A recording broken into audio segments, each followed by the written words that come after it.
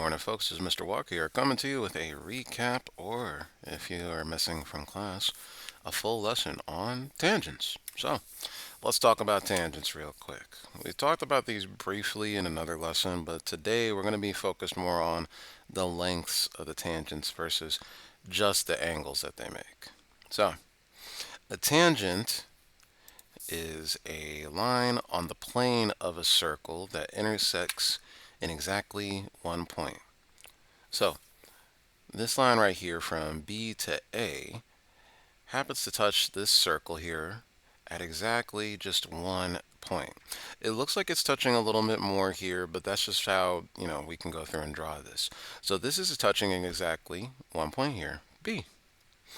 Now, when we have a tangent line to a circle, we have a couple of different theorems that we're going to have to finesse out. Let's talk about one that we've talked about in the past. If a line is tangent to a circle, then it is perpendicular to the radius or diameter at the point of tangency. Remember that word tangency from last lesson? That is when we have a line like this touching the circle at that point. So B here is our point of tangency. Now, our other bit of math and ease here, we got perpendicular. Remember, perpendicular means that two lines meet and they form a right angle like this. So, line AB is perpendicular to BC. They make a right angle. So, whenever we have either a diameter, a line going through the center from one end of the circle to the other end of the circle, or a radius, and they meet up with a tangent line, then that makes us a right angle. So, in our example over here, I have the center of my circle, E, and a radius that comes down here to D. I also have another radius from E over here to this point here, G. Now, this radius here, ED, meets up with this line, DF. DF is a tangent line. I can tell because it's touching here at D one time. So, what that means, off of the rip, we got a couple of bits of information. If this is a radius, that means that any other radius in the circle, like ED, is also the same length. Along with that, if we have a radius that meets a tangent line, it is a set of perpendicular lines at that point of tangency. So we have ourselves here a right triangle. Now our question is asking us to find for that right triangle this section here from E all the way down to F. I can't use the 5 here because that's only part of this line here, our hypotenuse. So we're going to have to actually do the Pythagorean theorem to find the whole line. So this is one of our legs. We're going to call that A. This is our other leg. We'll call that B. And then this side that we're looking for, EF, that's C. So when we do the Pythagorean theorem, C squared is equal to 5 squared plus 12 squared. 5 squared is 5 times 5, giving us 25. 12 squared, 144. Now, C squared, when we add those two together, is equal to 169. Because we have C squared, I need C, aka EF. So, I have to take the square root of both of these two sides. When I do that, I get a final answer of 13. So, for questions like this, we're assuming that this is a tangent line here, DF. And when we have a tangent line to a radius like here at ED, it makes a right angle that we can go through and evaluate this triangle for the Pythagorean theorem. Now, because this is a triangle, if there are other things that come involved with it, like finding the other angles, remember, all three of the angles add up to 180. So if that happens, we'll deal with it when it comes. All right. Next one we got another theorem involving tangent lines. So the two segments tangent to a circle from a common point outside of the circle are congruent. So this is less about the lines that are tangent, because all tangent lines aren't necessarily congruent. But if I had a common point outside of the circle like this, that came to make two tangent lines to the circle, I end up realizing that these two lines here, CD and ED are equal, aka congruent. Now, things to be aware of. They have to share this common point. If they do not share a common point outside of the circle, then that means you can't set these guys equal to each other. But if you can, then we can go through and solve it like normal. So, in our example here, we have our common point outside the circle, and we have two tangent lines coming to the circle. So because they have this common point, that means that these two lines are equal. So we got x squared plus 14 is equal to x squared plus 2x. Now, for me to go through and get this solved, I got to get all of my x's to the same side. There's only one x here. There's two of them here. So I took this x squared and I subtracted this from both sides. But when I did that, both of the x squareds ended up canceling out with each other as I went through the algebraic process. So that left on the left side 14 and on the right side 2x. Now, in order for me to get x fully by itself, I have to get rid of that 2, which means I have to divide both of these two sides here by 2. This side has the two 2's cancel out, and then on this side, 14 divided by 2 gives me a final answer of 7. So, first verify, do they share that common point outside the circle? If they do, that means you could set the two tangent lines equal to each other. Alright, final theorem that we got involving tangents is talking about an inscribed circle. An inscribed circle is when we have a circle that is inside of another shape. So, a circle inside of the polygon where all sides of the polygon are, and then this is the big part, tangent to the circle. So, this is taking us a bit of what we have from the previous theorem and kind of throwing it in an overdrive. See, each of these sides here for this quadrilateral are tangent to our circle at these points here, E, K, G, I. Now, when these guys are all tangent to the circle, the previous theorem comes into play. Lines that come out to the same point outside of the circle are the same distance away from each other, aka they are both going to be congruent. So each of these lines, LE, KL, KI, and wait, no, not KI. What is that? KJ, my fault, KJ. I don't think they were covered up that bottom there. So KJ is the same thing as IJ, IH, and GH, and GF, and EF. So all of these common points that we have going here help us to know that these tangent lines are congruent. So here's our quick list here. Now, if we have an inscribed circle like this, this means that we could find out any of the parts that belong to those tangent lines. So, on this example over here, we want to find this side of our shape. This is x. In order for us to find x, we got to find out a lot of the other portions of this shape. So, looking at our shape, each of these sides, they're tangent to the circle. And when I look at the ends of where these sides connect, they connect to a point that's outside of the circle. Sorry, I was about to make my arrow the other way.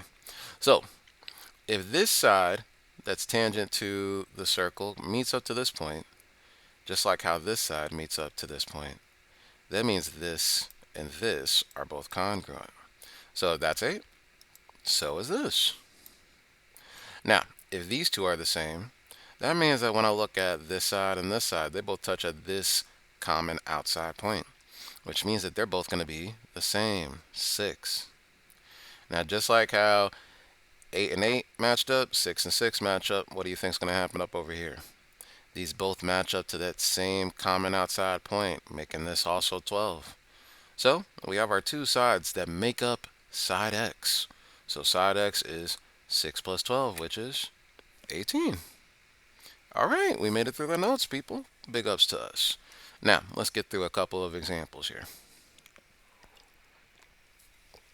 Now, when we take a look at this, if you see a right triangle pop up, the Pythagorean theorem is going to be what you're going to be dealing with.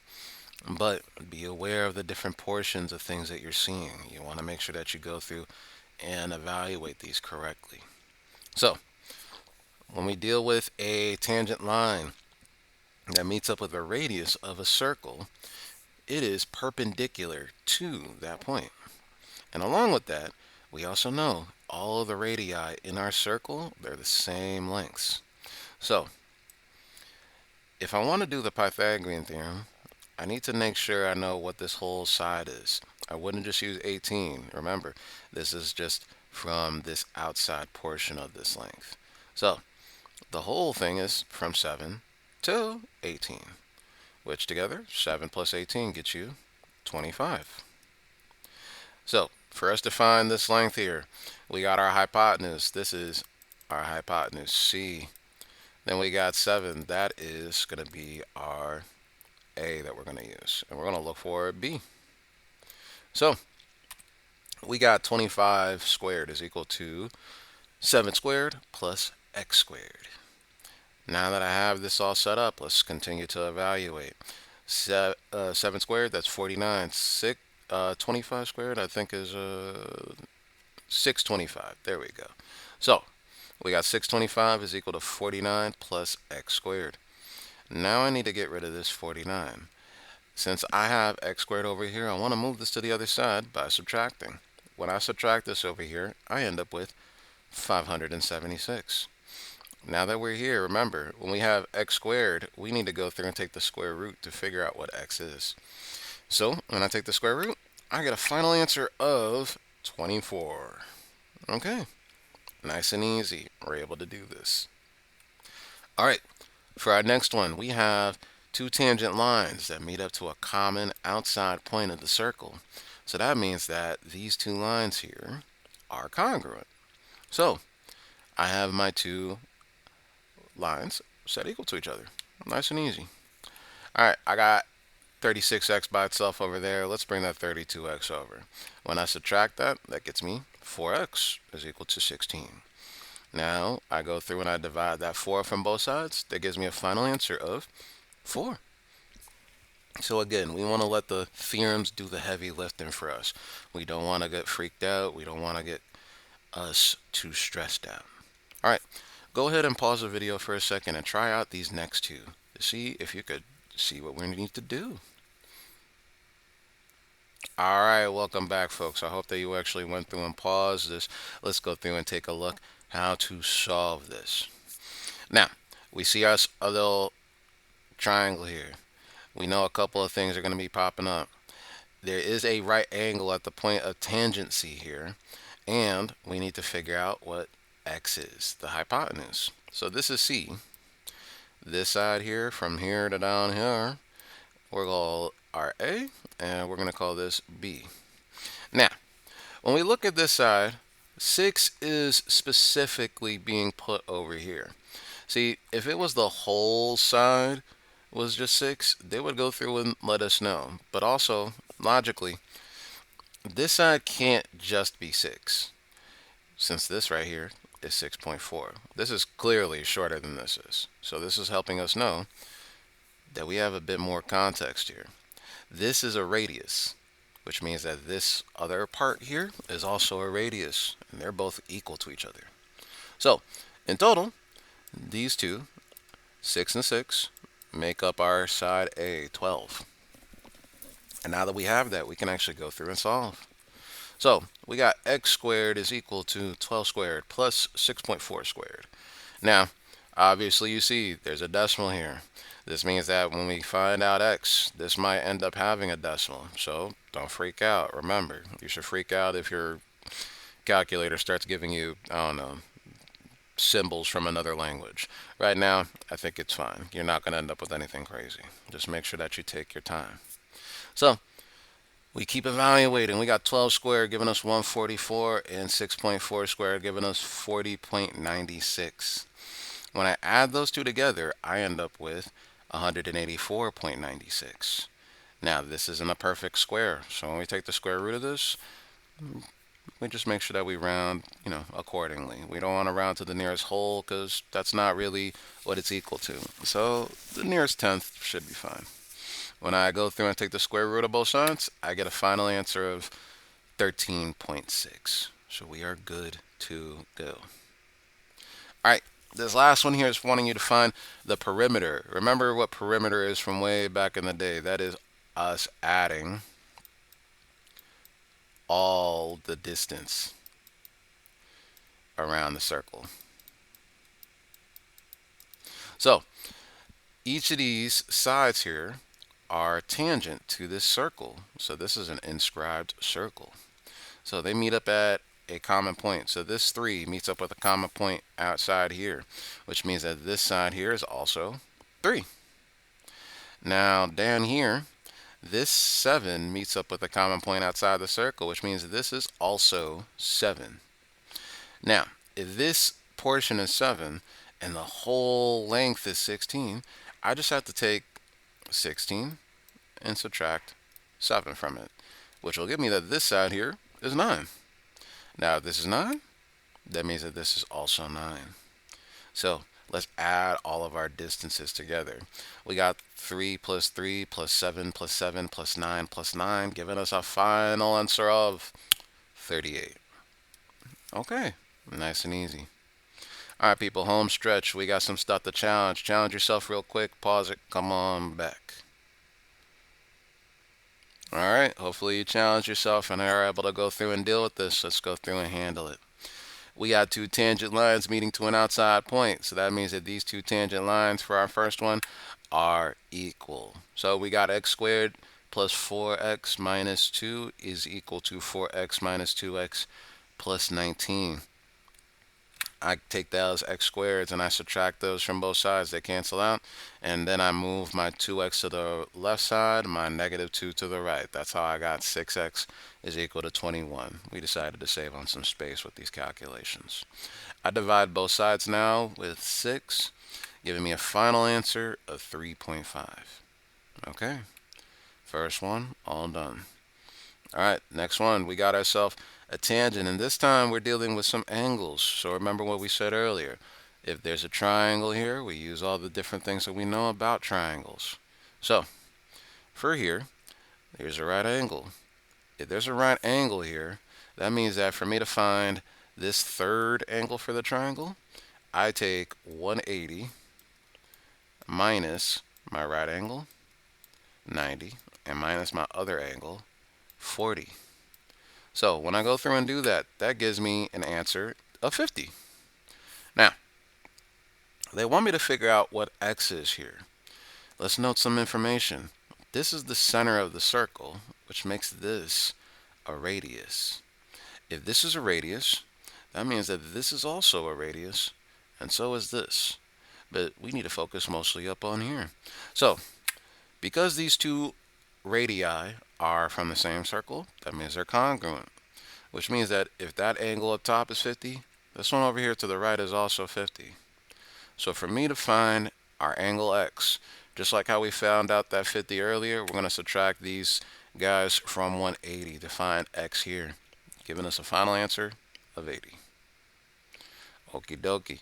Last one, we got us a set of tangent lines from this inscribed circle. So let's note some information. If they meet up to an outside point, they are going to be congruent. So if this top length over here is 5, that means that this side over here is also 5. Now 5 comes with that blank side to make this 8. So I take 8 minus 5. That gives me a 3 here. That 3 meets up with this outside point, making this also 3. If that 3 adds with that blank side to give us a 7, that means that this has to be a 4, which makes this guy also a 4 because those two meet up at that outside point. 4 with that blank side give us 8.5, so that means that this up here has to be 4.5. And if this 4.5 is meeting up with that side x to that outside point, that means x has to be 4.5. Folks, thank you for watching. I appreciate you doing your best and taking your chances on these. We'll see you with our next one. See ya.